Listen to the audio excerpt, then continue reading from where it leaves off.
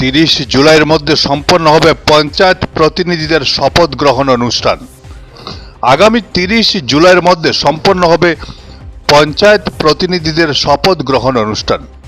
একই সঙ্গে এই সময়ের মধ্যে জেলা পরিষদ এবং আঞ্চলিক পঞ্চায়েত বোর্ড গঠন করার পাশাপাশি জিপি সভাপতি এবং সহসভাপতি নির্বাচন প্রক্রিয়া সম্পন্ন হবে। গতকাল এক সাংবাদিক সম্মেলনে এমন জানিয়েছেন রাজ্যের পঞ্চায়েত মন্ত্রী রঞ্জিত দাস। একই সঙ্গে তিনি জানান, সুষ্ঠুভাবে পঞ্চায়েতের কাজ চলার জন্য 2.5 বছর আগে জিপি সভাপতির বিরুদ্ধে অনাস্থা প্রস্তাব আনা যাবে না। 2.5 বছর পর মাত্র একবার অনাস্থা আনা যাবে সভাপতির বিরুদ্ধে। Bureau report, Barak Vision. ইয়াৰ পঞ্চায়তৰ সভাপতি বা উপসভাপতি বা আঞ্চলিক পঞ্চায়তৰ সভাপতি উপসভাপতি বা জিলা পৰিষদৰ আৰু সেইটো মাননীয় মুখ্যমন্ত্ৰী ডক্টৰ হিমন্ত বিশ্ব শৰ্মা ডাঙৰীয়াৰ অনুমোদন সাপেক্ষে আজি তেখেতে অনুমোদন জনাইছে। আৰু আমাৰ গাঁও পঞ্চায়তৰ সভাপতি আৰু উপসভাপতিৰ কাৰণে আমি 21 জুনৰ পৰা 10 জুলাইৰ ভিতৰত আমাৰ জিলা আয়ুক্তসকলে নটিফিকেশ্যন জাৰি কৰিব আৰু জিলা আয়ুক্তসকলে তেওঁলোকে একোজনকৈ অথৰাইজড অফিচাৰ নিয়োগ কৰিব আৰু সেই অফিচাৰক দায়িত্বসমূহ ভগাই দিব, কোনে কোনখন পঞ্চায়তত নিৰ্বাচনত অংশগ্ৰহণ কৰিব বা বাছনিত অংশগ্ৰহণ কৰিব।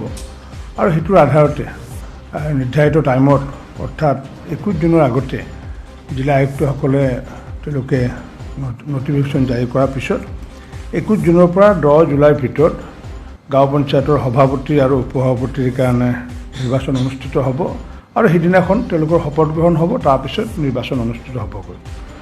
এপি প্ৰেচিডেণ্ট বা এপি ভাইচ প্ৰেচিডেণ্টৰ কাৰণে 11 জুলাইৰ পৰা 20 জুলাইৰ ভিতৰত তেওঁলোকক শপত গ্ৰহণ কৰাৰ লগতে তেওঁলোকক নিৰ্বাচিত কৰি তেওঁলোকক দায়িত্ব অৰ্পণ কৰিব। আৰু ঠিক তেনেকুৱাকৈ জিলা পৰিষদৰ সভাপতি বা উপসভাপতিৰ কাৰণে 21 জুলাইৰ পৰা 30 জুলাইৰ ভিতৰত তেওঁলোকক শপত গ্ৰহণ কৰাৰ লগতে তেওঁলোকক সভাপতি আৰু উপসভাপতি নিৰ্বাচিত কৰি তেওঁলোকক দায়িত্ব অৰ্পণ কৰিব। অৰ্থাৎ 1 আগষ্টৰ পৰা তেওঁলোকে সুকলমে কাম কৰিব পাৰিব। আৰু আজি আমাৰ সূচী এইখিনি। পূৰ্বতে আমি দেখিছিলোঁ যে পঞ্চায়তৰ সভাপতি নিৰ্বাচিত কৰাৰ পিছত যে এই সদস্যসকলে অথচ ৰাইজে নিৰ্বাচিত কৰে, কিন্তু ভাঙা পাতা কৰে সদস্যসকলে বিভিন্ন কাৰণত অনাস্থা প্ৰস্তাৱ আনে। আৰু যাৰ কাৰণে এইবাৰ আমি অনাস্থা প্ৰস্তাৱ অনা ব্যৱস্থাটো 2.5 বছৰৰ তেওঁলোকে অনাস্থা প্ৰস্তাৱ আনিব নোৱাৰিব। 2.5 বছৰৰ পিছত অকল এবাৰহে অনাস্থা প্ৰস্তাৱ আনিব পাৰিব। যদি ক্ৰিমিনেল কেছ থাকে সেইটো কেছটো সুকীয়া, সেইটোতো অনাস্থা প্ৰস্তাৱৰ কথা নাহে। গতিকে যাতে সুস্থিৰ ৰূপত যাতে পঞ্চায়ত যাতে চলাব পাৰে তাৰ কাৰণে এই ব্যৱস্থা কৰা হৈছে।